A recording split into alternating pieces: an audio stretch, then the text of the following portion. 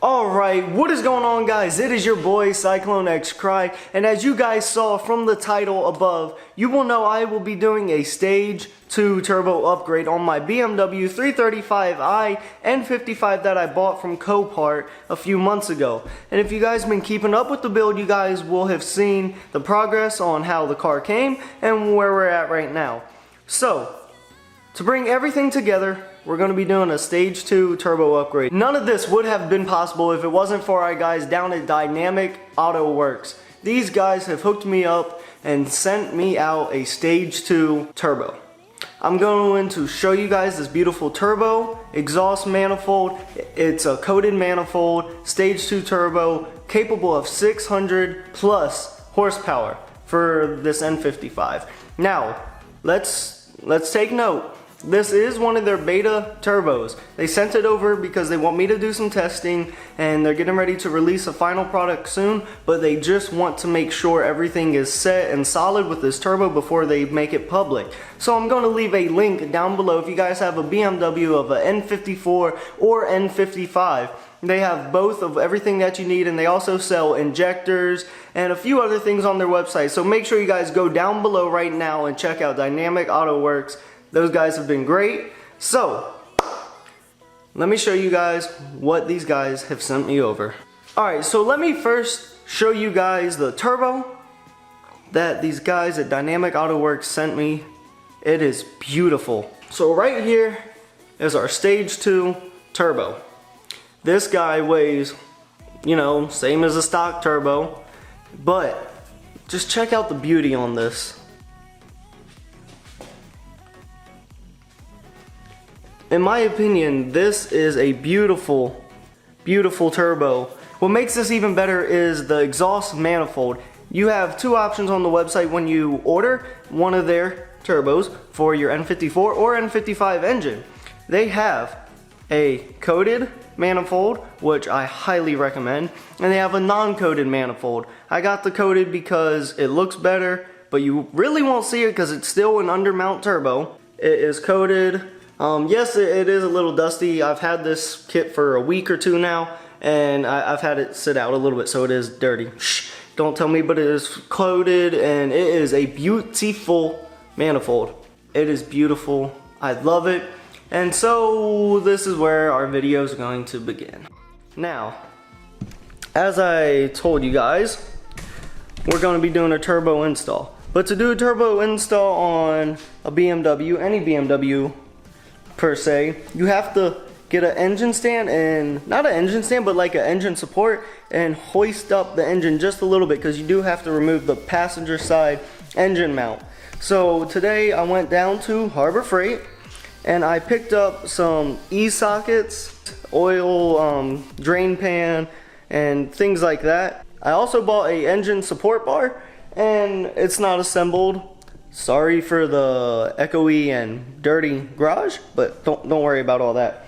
I'm gonna go ahead and get this guy assembled, and we're gonna do some simple maintenance stuff that we gotta do first, like drain some of the coolant and drain some of the oil before this turbo install. It's gonna be hard trying to get some time lapses, but I am gonna try and get some for you guys. So just stay tuned, okay? So I'm gonna go ahead and install this. So it should be installed now.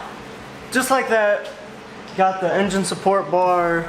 I know it's probably out of focus, but that is the engine support bar. If you guys do want to do this and you guys get it from Harbor Freight, make sure the nuts under here and the bolts, make sure that these are really tight. Right now it's loose and you can wobble it back and forth.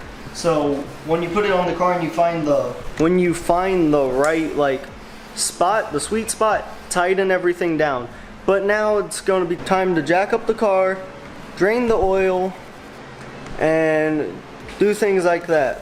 So, alright guys, so I got the car on jack stands.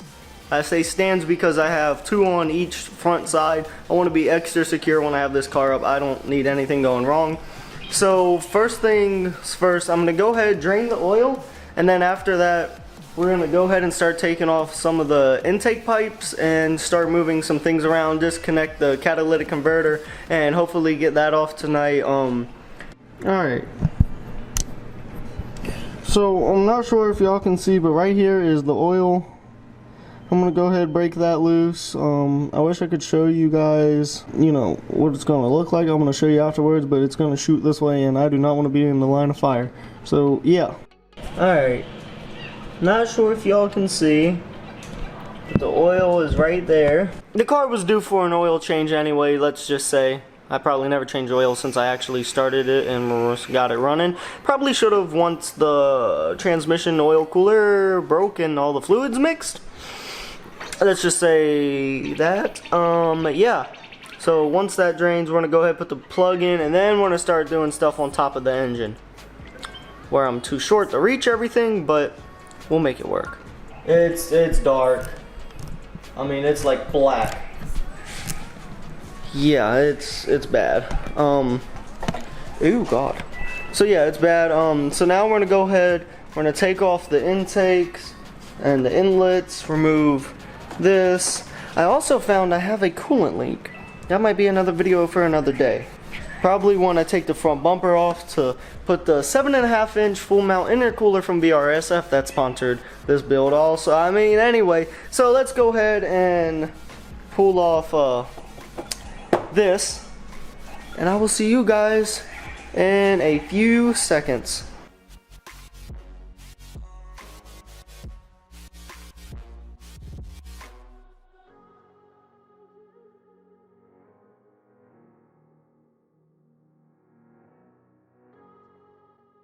Alright, so I went ahead, as you guys saw in the time lapse, I did open this area up a little bit more so we have more room to work.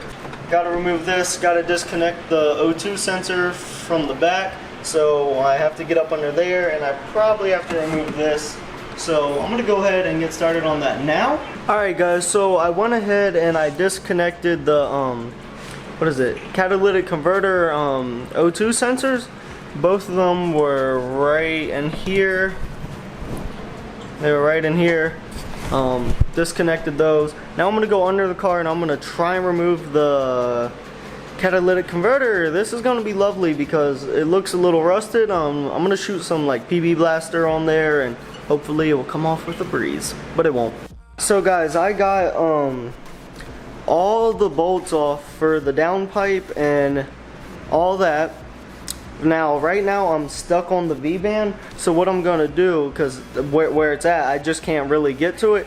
I'm gonna go ahead and start lifting up the engine just a little bit, and I'm gonna remove that motor mount, or try to, and hopefully I'll be able to get this thing off, because if not, I'm gonna have to come up with some crazy damn contraption to make this work.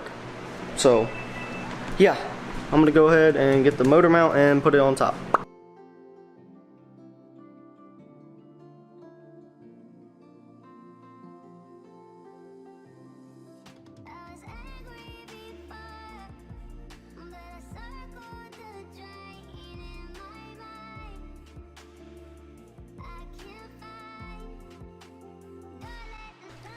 Alright guys, so 4 hours later,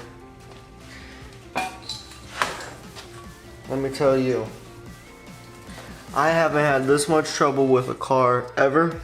This catalytic converter, it wasn't even the catalytic converter itself. All the bolts, everything came off fine. The problem was, let me show you. The engineers at BMW said, hey, let's put a damn oxygen sensor right here so you can't pull it off the damn thing. How to use a hammer, beat this, bend the hell out of it. Good thing my new downpipe doesn't require this because it's not heavy at all. So it's like 2 in the morning, your boy is going to bed. I will see you guys in the next video, part 2 of this turbo install. We have the engine still hoisted up. Hey, it's your boy. Hope you guys enjoyed this. I might just make this one long video. I'm not sure yet. We'll see how much footage I got. But hey, it's your boy. Deuces.